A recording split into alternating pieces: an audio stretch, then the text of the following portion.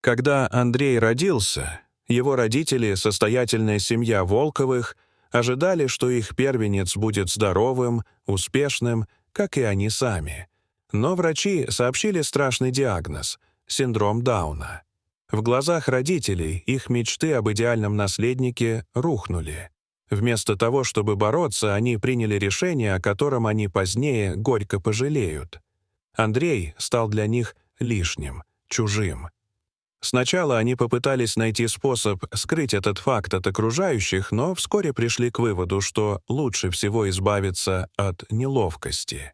Они решили отдать сына в приют. Так, в свои первые месяцы жизни Андрей оказался в этом холодном и бездушном месте. Однако его жизнь приняла неожиданный поворот, когда его заметил садовник Игорь.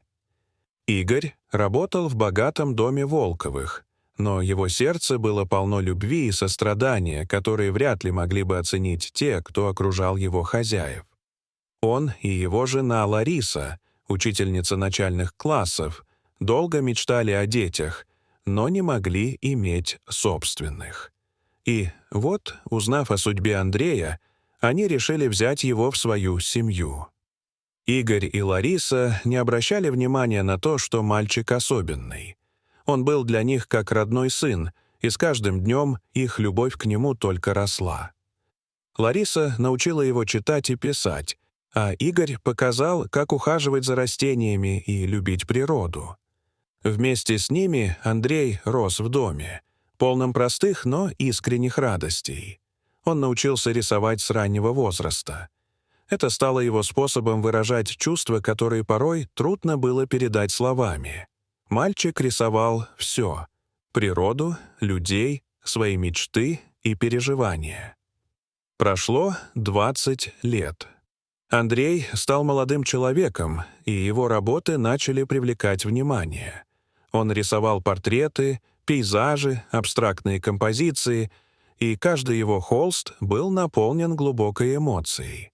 Он стал известен в арт-сообществе, его выставки собирали большие толпы, а картины уходили с молниеносной скоростью. Однажды на одной из своих персональных выставок он столкнулся с парой, которая стояла у картины, изображавшей старую садовую дорожку, вдоль которой росли цветущие розы.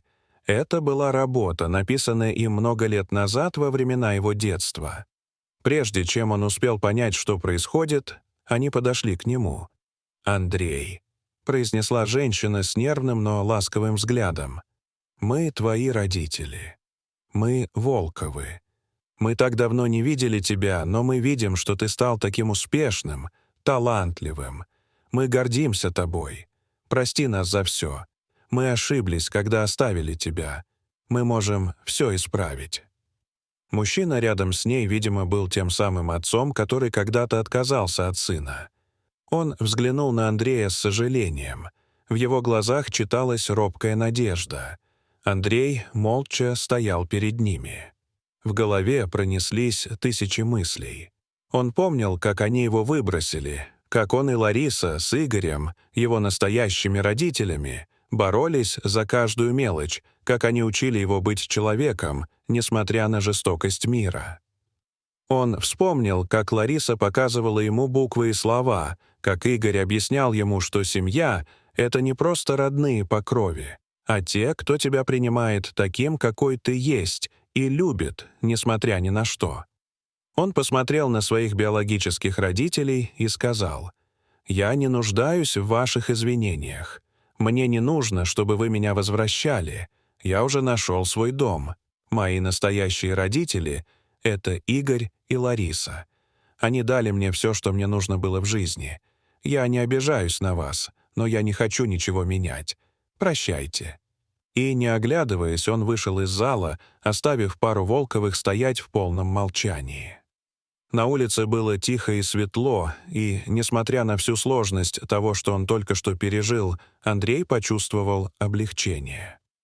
Он был свободен.